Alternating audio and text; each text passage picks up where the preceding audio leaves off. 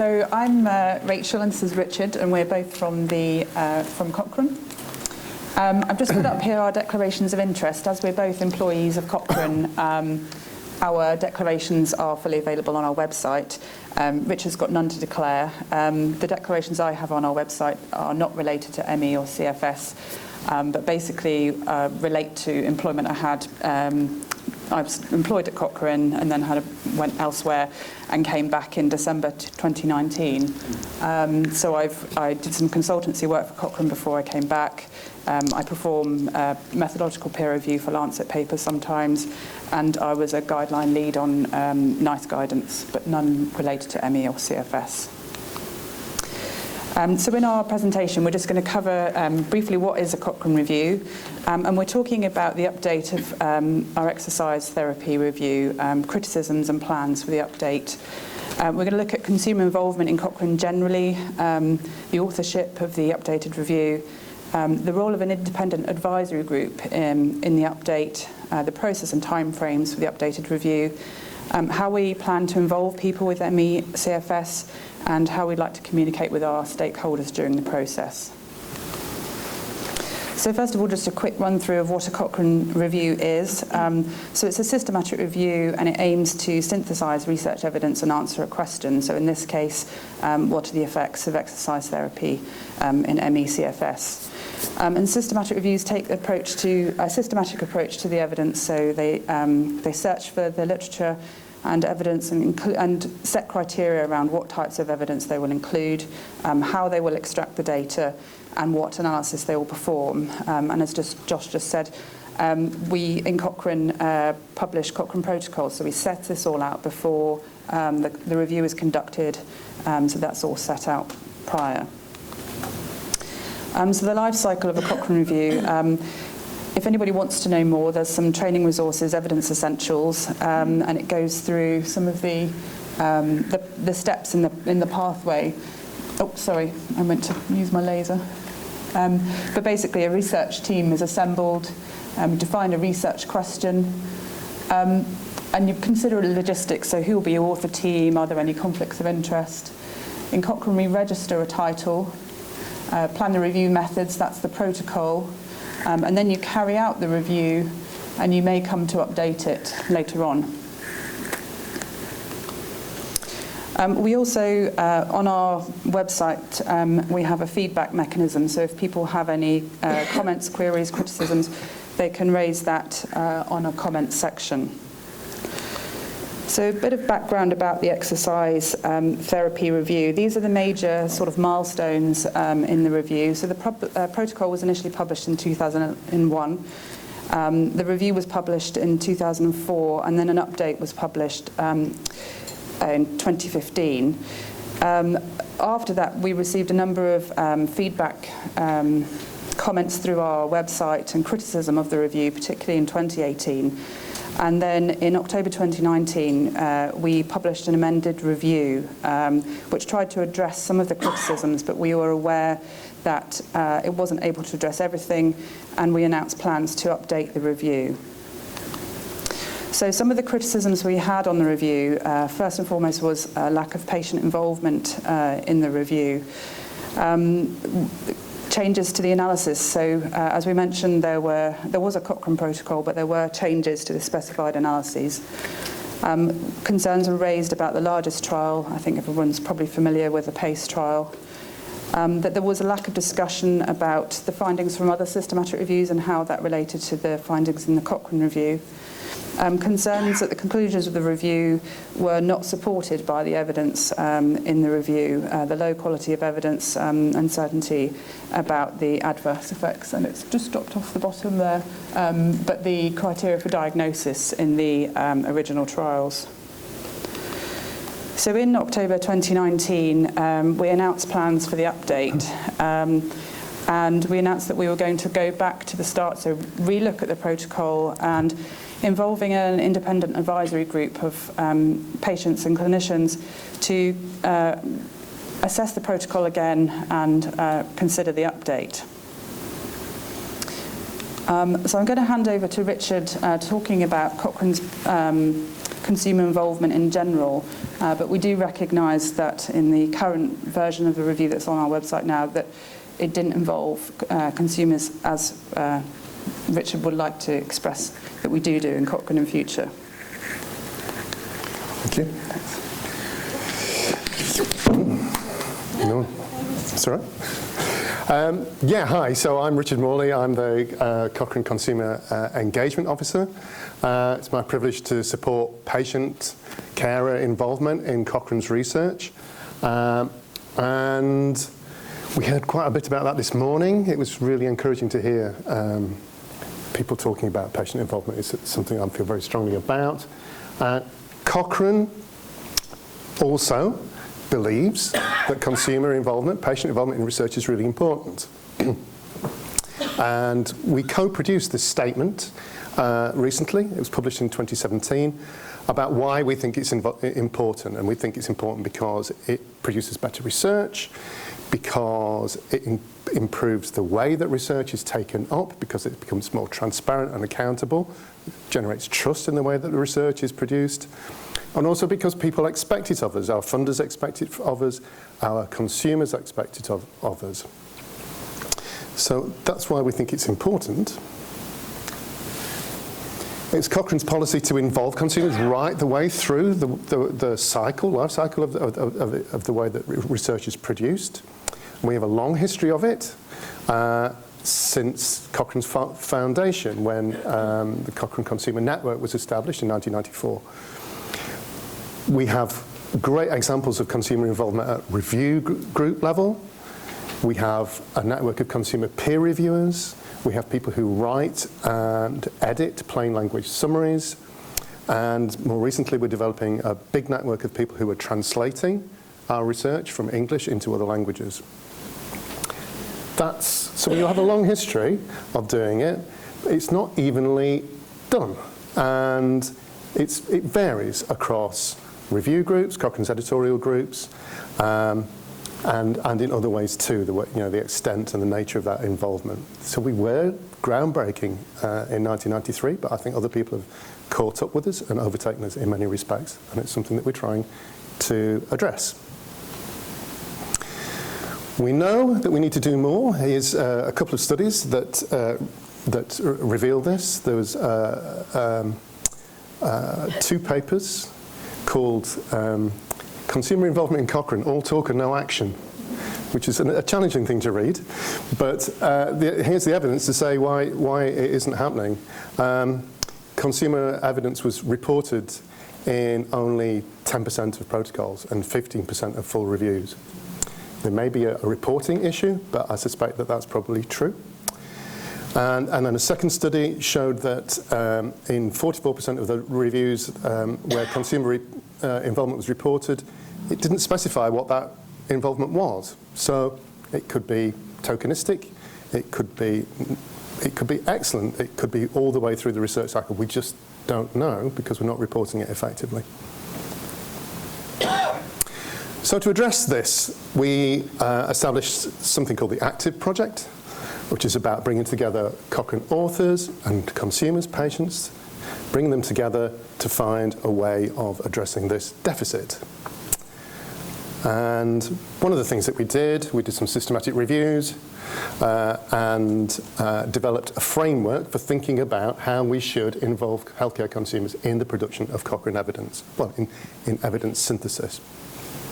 So the framework, which we've developed now, covers things like when was there involvement, how much involvement was there, who was involved, how were they recruited, how did they actually get involved? Was it just one time? Was it all the way through the review and so on? And what kind of methods were used to involve people? So for example, was it direct interaction, meetings, workshops, or was it remote and so on? And we've published that framework. From the framework, we've created a learning and practical resource for evidence synthesis authors. It's freely available, so if anybody here does evidence synthesis, it's a great resource, free to use.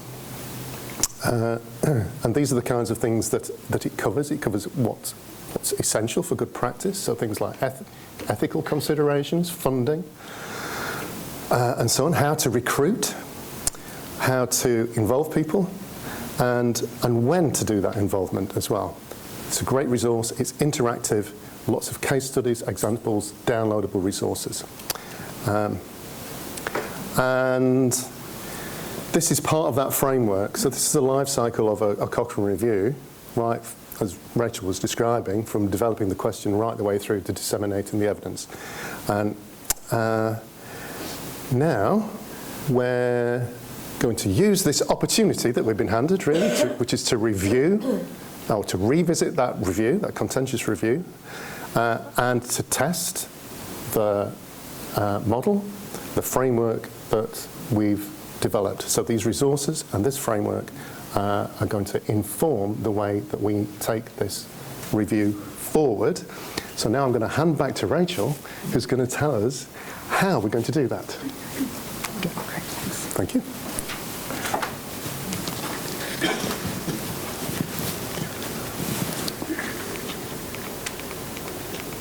Oh, it's skipped. Oh, I'm going backwards. Sorry.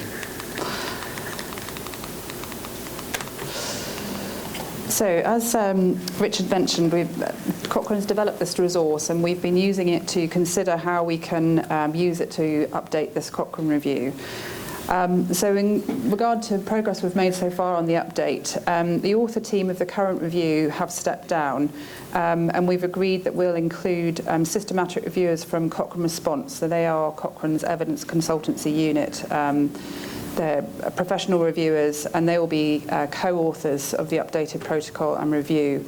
And we're currently seeking additional authors with content expertise. So I mentioned that we'll be having an independent advisory group, and the goal of the advisory group is to ensure and facilitate responsiveness to stakeholders' concerns and to improve the relevance, accessibility and credibility of the revised and updated review. So the independent advisory group will advise the authors.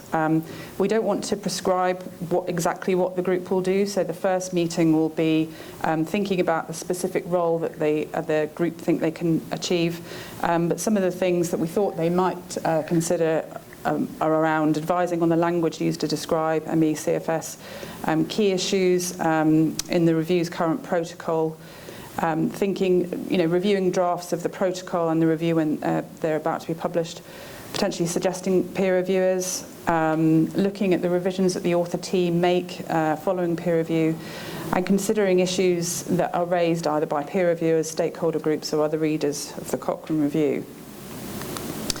So we are the main staff involved in Cochrane staff in the update of the review.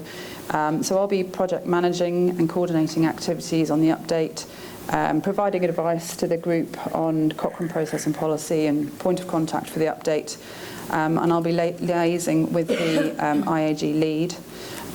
Richard is also involved, and he'll be supporting consumer involvement in the group.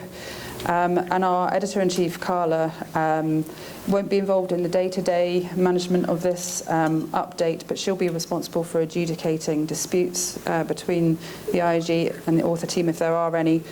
She'll have final decision-making responsibility, and I think it's dropped off the bottom here, but she also appointed the lead of the independent advisory group.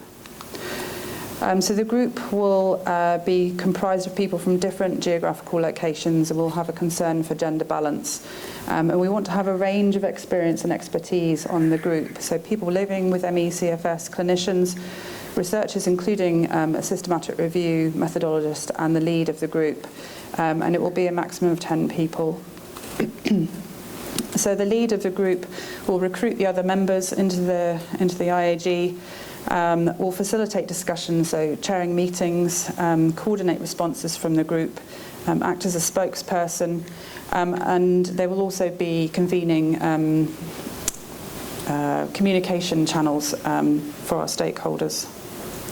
And the lead will be offered an honorarium. So we announced that we've recruited our IAG lead, Hilda Bastian. She's published a couple of blog posts on this Cochrane review and has been quite critical of the Cochrane review. She's well aware of the issues that have been raised. She's very familiar with systematic review methodology, and she has been appointed as our lead. So the recruitment of the independent advisory group, the lead will recruit up to 8 additional members. And I've mentioned the geographical range, but we're looking for advocacy groups, patient advocacy groups, to nominate representatives for the group. We're considering individuals who've been involved in the discussion of the review or submitted criticisms, clinicians and researchers active in the field, and Hilda's also been looking at unsolicited expressions of interest and suggestions. We are leaving one member free at the moment, so that when the members come together, they can decide whether there's a gap and whether they should recruit an additional member. So the process and timeframes, as I mentioned, we don't want to be prescriptive, but they will decide their role together. I mentioned the gap in the membership. Their communication processes and how they work together, and discussing whether there will be confidentiality around the update of the review. But it's anticipated that the group will run for around 2 years. We anticipate that most of the meetings will be conducted by teleconference, if not all, and that communication will be over email. And it's been really interesting to hear some discussions here today around facilitating involvement of patients living with ME CFS. So we've given this quite a bit of consideration, but we've got some more ideas from today. One of them is to nominate a proxy, so if the person isn't able to attend a meeting, that they could have their designated proxy attend for them. Making any adjustments to accommodate participation, so maybe limiting the duration of meetings. I think Nina mentioned having breaks in the meetings this morning, things like that. So Hilda has extensive experience of working as a consumer activist and supporting participation, as does Richard, and he'll be there to support people. And the members will be assisted if they need help with systematic review methodology and provision of training materials. Members and their proxies will be required to complete a declaration of interest form, which will be made publicly available. And the members will be required to comply with our policy as it relates to authors. And the groups who nominate their representatives, so the patient advocacy groups, will also be asked about whether they have any relevant interests.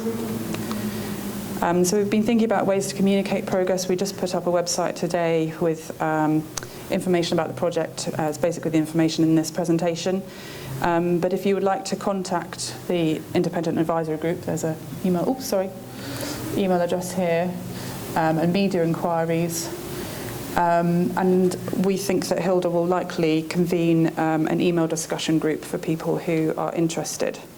Richard won't be at the drinks reception, actually. I'll be at the drinks reception if you would like to ask any questions there, but realise we're running out of time. But thank you very much for inviting us to talk. Thank you very much indeed. Thank you.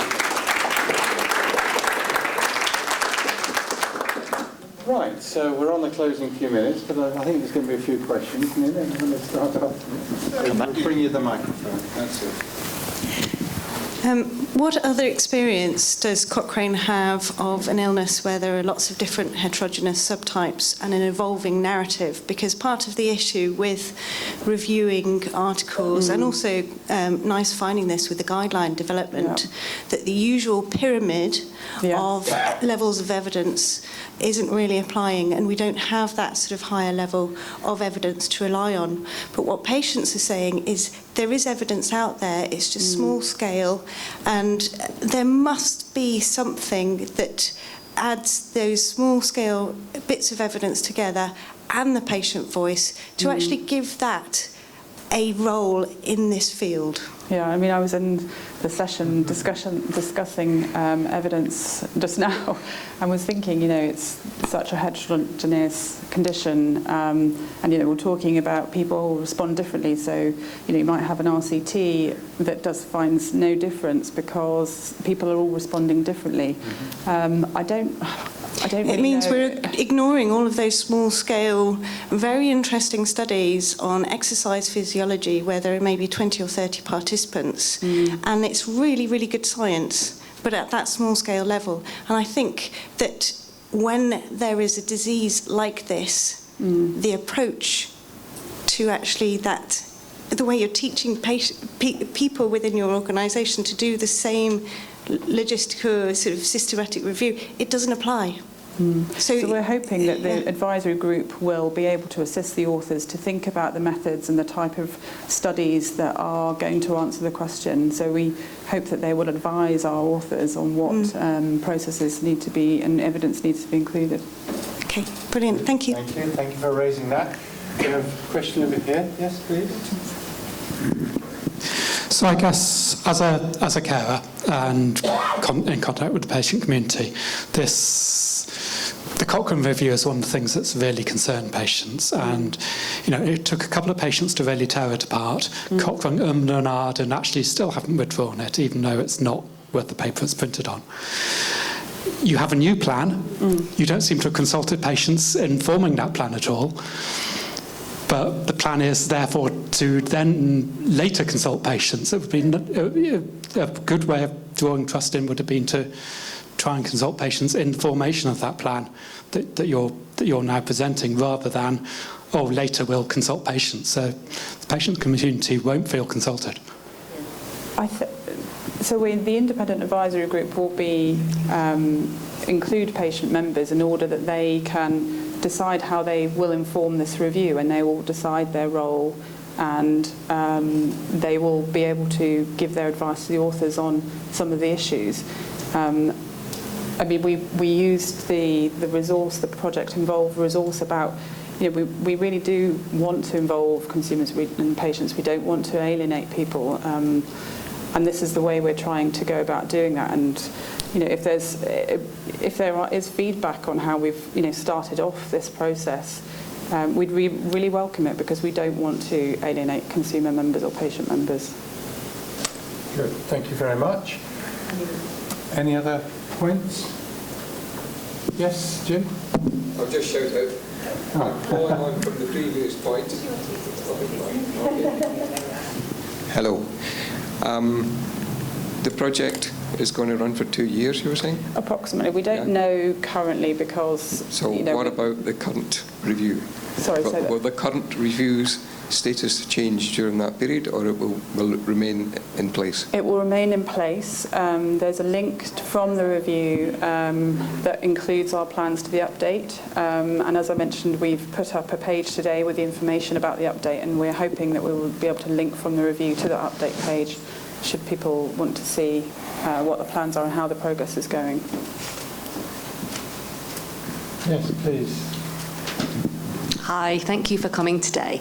I am an ethicist by training, and I'm just reflecting on this process. And when we look at clinical trials as from the lens of ethics, there may be a point in that process where we find that something has changed so significantly by what we're looking at that we will actually change what we're doing.